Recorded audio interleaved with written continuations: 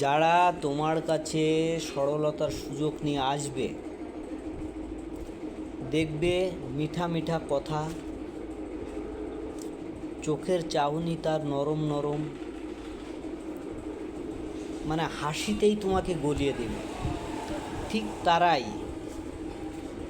তারাই একদিন তোমার সব কিছু লুটে নিয়ে তোমাকে পথের ফকির বানিয়ে চলে যাবে। এটাই পৃথিবীর নিয়ম। কারণ লোভ লালসা ভয় তিন থাকিত নয়।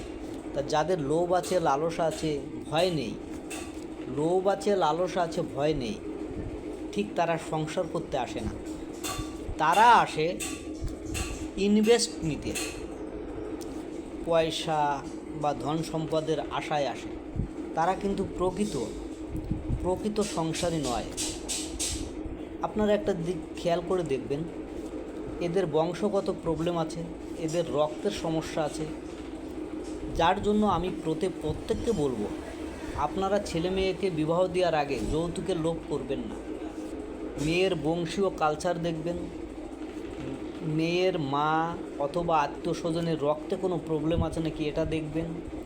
আর সবচেয়ে জরুরি যেটা, মেয়ের মেডিকেল রিপোর্ট দেখে আপনাদের সন্তানদের বিবাহ দিবেন। তা না হলে ঠিক আমার মতো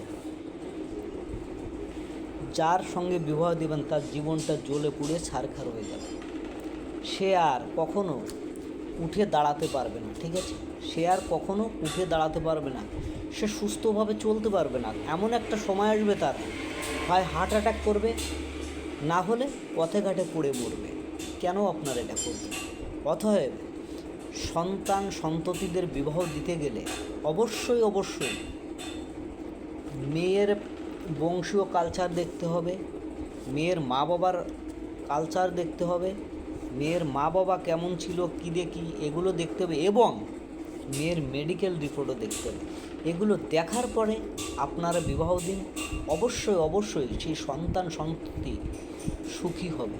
না হলে সেই সন্ততিকে সারা জীবন জ্বলে পুড়ে শেষ হতে হবে। কারণ আপনারা বিবাহ দিচ্ছেন, হয়তো ঠাকুর না করুক সন্তানের আগে আপনাদের চলে যেতে হচ্ছে, অথচ ওই সন্তান যতদিন বাঁচবে ওই বাজে মহিলাকে নিয়ে সংসার করতে গিয়ে তাকে জ্বলে পুড়ে শেষ হতে হবে।